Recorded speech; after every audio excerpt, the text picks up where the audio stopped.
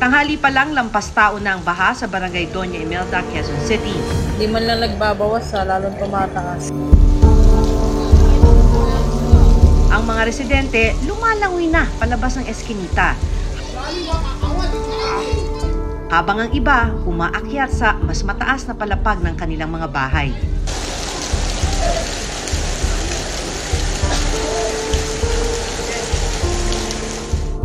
Ang 5 buwang gulang na sanggol ibinalot sa kumot at saka iniabot ng kanyang ina sa ilang residenteng tumutulong na maglikas ng mga tao.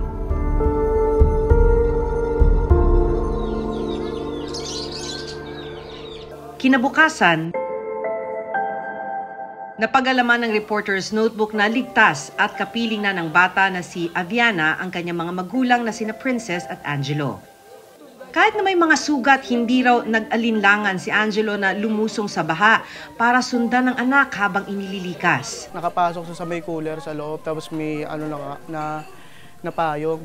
Choice na ako, tumalo na talaga ako at may sugat ako dito. Kasi walang mag-aalalay sa kanya. Kulang . Sinundan ko agad siya kasi hindi ko alam kung saan dadalhin.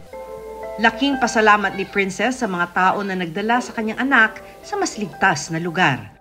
Yung tubig po kasi parang umabot na dyan sa may kahoy, and yung lalaki po na nagligtas talaga sa anak ko, kumuha sa kanya, nandyan na po sa taas. Habang kami nandun po sa bintana, inaalalayan po yung bata. Dito po nakatayo yung tropa po ng kapatid ko na kumuha sa anak namin. Tapos kapit-kapit na lang po sa lubid habang sinasakay siya sa cooler. Tapos konti-konti na po silang pumunta pa gano'n. Sa tuwing malakas ang ulan, pangkaraniwan na raw ang pagtaas ng tubig sa lugar ni na Princess. Pero sa pagkakataong ito, mas mabilis daw lumubog ang mga bahay. Nung time na po yun, syempre, pigil luha.